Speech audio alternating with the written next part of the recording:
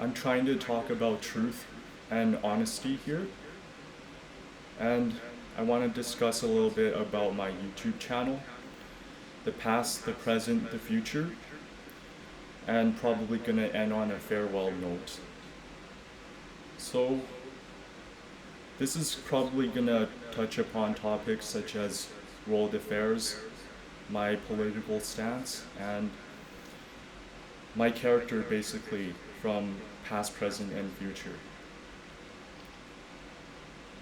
So there's a saying from Chinese energy work that it is highly important to develop the energetic mind, which precedes all these bodily transformations.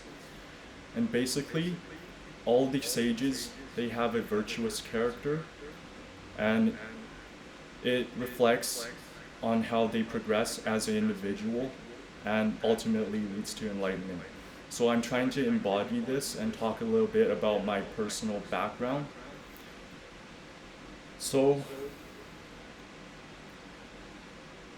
we all know that there's this major problem with people allowing corruption to fester, and the politicians are basically bribed by these multinational corporations, which are really just headed by secret societies. But then again, there's populations that deny this fact, and I don't want to go too much in detail, but let's just dive into my personal background.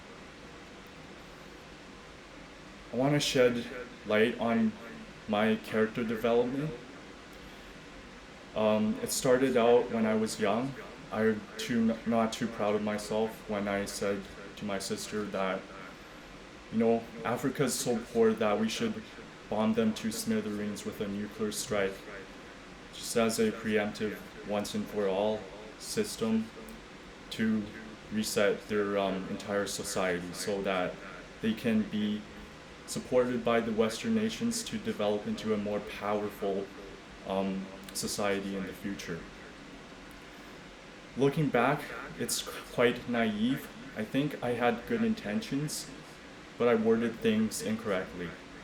I felt the need that to end suffering, something drastic must happen, but also, in retrospect, it's not a good idea to demonstrate violence because there's also a personal belonging and communal love that's part of human psyche. As I progressed as a person and over time in high school, I felt this sensation of belonging even more, so I joined the basketball team.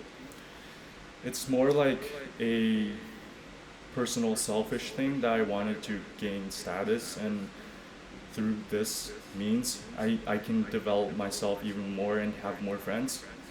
But then I realized my baseline isn't enough and it's more like a burden, so I felt this need to go into places and discover myself, who I am, what this world is all about. And so I started questioning things in my junior year in high school. I thought about all these politicians that they're not genuine people. They can speak one thing, do another.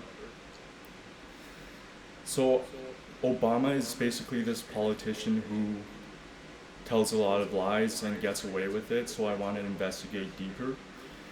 And everything involves money, and I became aware of the central banking system and its ties to politicians, and finally I figured out that there's a worldwide conspiracy that's happening. The orchestration of, September 11th, decades ago, the assassination of American presidents in the past, the sinking of the Titanic for the Federal Reserve to take place in the last century, it's all connected. So with this in mind, I felt this need to contribute to society because I was also a Protestant Christian back then, and it was very important for me to spread the word, the truth, generally to uphold the values of integrity. So over the years, I realized that people, they aren't what they seem to be in the outside.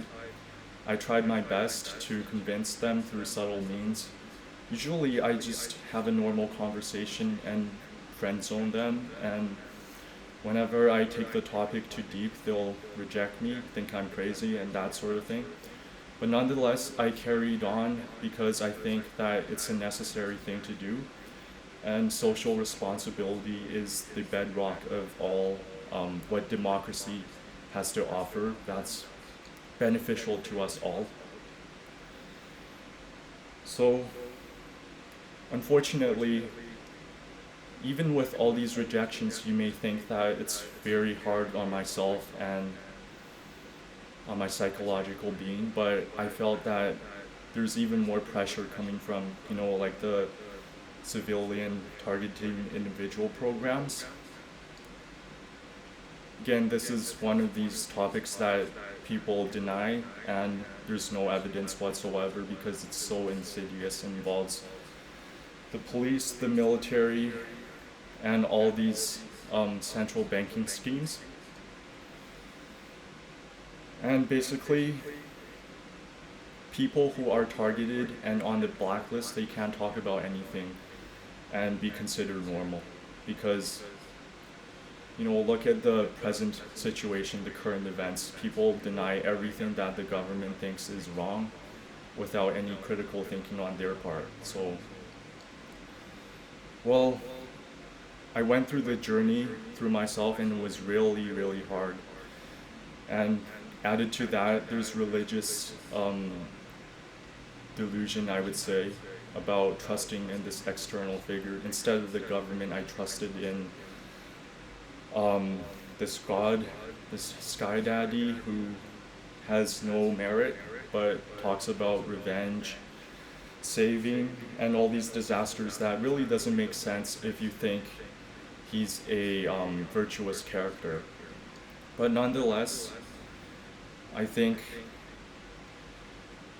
I'm trying to say that society is on a trajectory that's really, really hard for everyone because people don't take up the mantle and talk about things honestly, talk about who they really are deep down, and it really shows through hidden intentions. And over time, this narcissism and selfishness is gonna overtake all the good things that, like I said, democracy and the Western government, all the good things that they have to offer.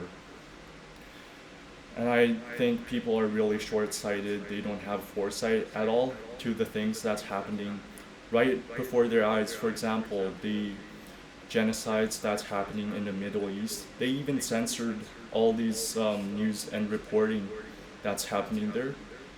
Meanwhile, in the Western society, people just think, yeah, we're just gonna fight over the left and the right and all these lies that we're gonna debate over that has no merit to discussion even in the first place. I ultimately feel very dejected, depressed, and I don't think as a person alone I can stand my ground against these tyrannical forces, but I think what I said earlier, the sense of belonging, this love over this sense of separation and violence is going to take humanity into the future.